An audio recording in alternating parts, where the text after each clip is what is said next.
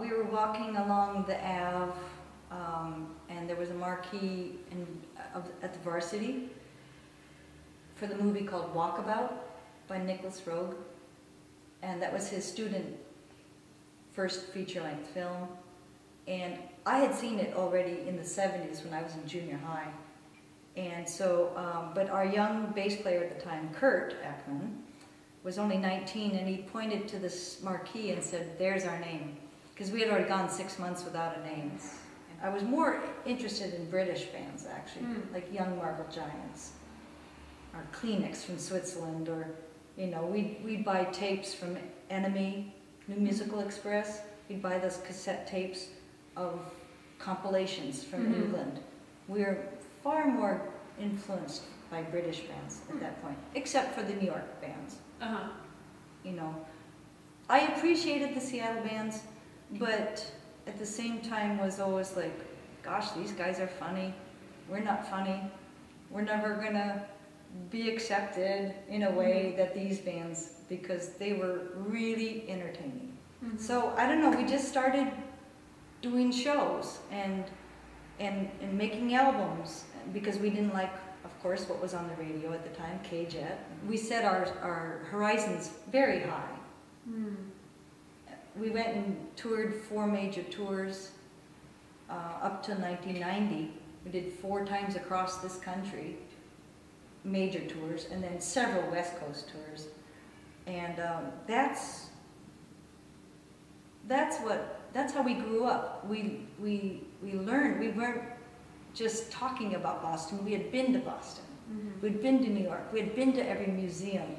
You know, we're a very strange band. We would take in any museum we could go to, you know, or, you know, go spelunking in caves, or whatever we needed to get a taste for that state and country and city. Yeah, we weren't just drinking. A little bit, but not all the time. You know, honestly, we were quite innocent and naive when we started in '84. We thought we'd do music for maybe 3 years, make some money, and get out. You know, we were really... A get-rich-quick scheme. Yeah.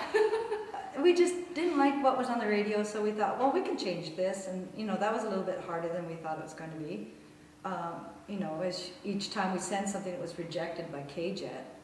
And so then finally we decided, okay, let's just document the songs that we're doing now. Ended up handing it to Conrad Uno from Pop Llama Records in about '86.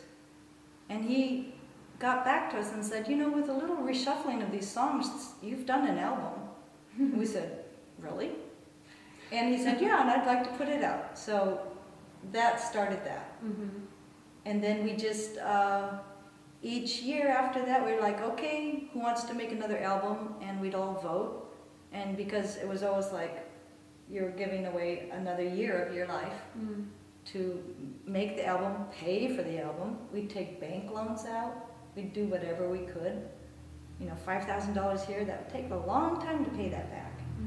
So, and then Sub Pop picked us up in about '88. We were the 5th band signed on that label. To be on Sub Pop in Europe hurt us at the beginning. Why is that? Well, because everyone would come forward with black leather coats on and, you know, young, long-haired people, and we were like, okay, we're going to surprise them. How would you describe your difference? I think that finally I heard a description from our bass player, Michael Wells, the other day. He called us orchestral rock. And I thought, finally, there's a description I can bank on. And suddenly we were opening for Lenny Kaye, and he was up there at sound check, and his amp blew up. And so I go running for my amp, and Chris goes running for his amp, and we're both like carrying it up to the stage like, Lenny, play mine, you know? And like he's looking at us, and he's going like, Walkabouts? And we're like, yeah. And he goes like, you were just on the TV on Sunday on the Basement Tapes. We hadn't been on the road for 6 years as a band, which was the longest break we'd ever taken. And in January we had a very successful tour 17 shows, of which 10 were sold out. So, and it was so good that we get to go back in July. This is 2012. And first gig in Bonn, Germany, we're opening for Patti Smith. I think that if you decide to be a leader, it's really funny, but people come to you. If you decide we're going to do this, and we're going to do this, and we're having fun over here, anyone want to join us? People come. And I think if you find a group of like-minded people that are on the same page with you and are maybe fairly intelligent, and this Stephen Towle even used the word intellectuals for Seattle bands, and I thought, oh, I think that's part of what made Seattle bands interesting was they weren't dipshits.